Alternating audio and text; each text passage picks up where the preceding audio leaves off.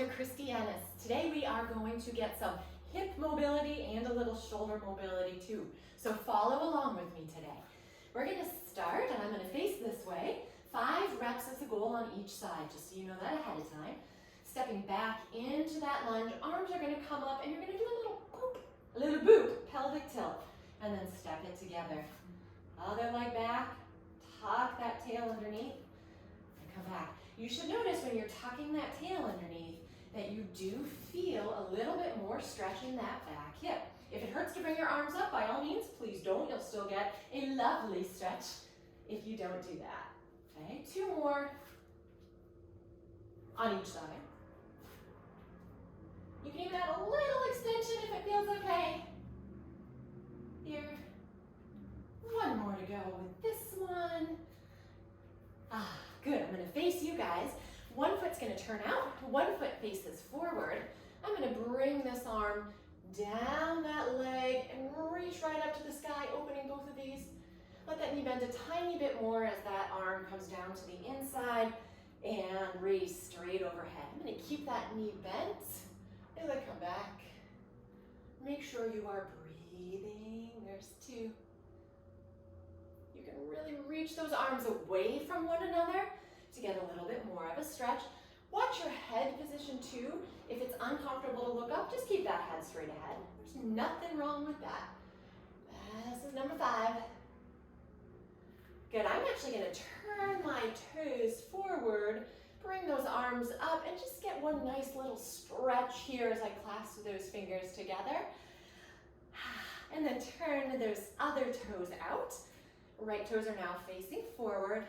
I'm going to reach it back and slide that arm down the leg. And then let that forearm come to the inner thigh there. There's 1, 2, 3. Just pausing a little bit because we're getting mobility here, right? This is really good for after you have been sitting or standing in one place. All right, toes are forward. I'm going to put my hands on my hips. You don't have to, but it feels good. You're going to think about tilt that pelvis forward, to the side, to the back, to the side. So we're getting some nice big hip circles. You can let those knees bend a little if that feels better for you. There's 3. It's like we're doing a big hula hoop. 4 and 5. We're going to switch directions. This is a little brain activity too. 1,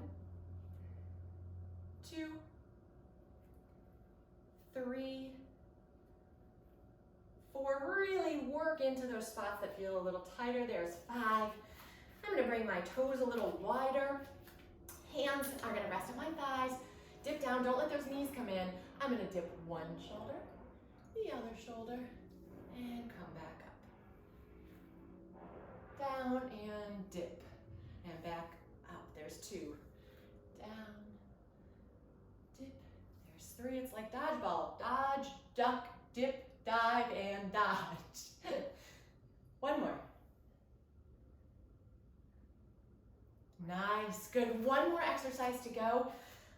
Make sure that you have something steady or sturdy, and this is why I'm doing this last in case you guys don't want to do this one.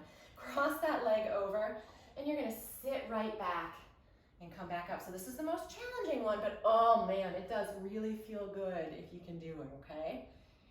If not, no big deal. You got the other ones. There's 3, 4, and I'm not really pulling with this. This is just for balance. There's 5. We're going to switch. Other leg.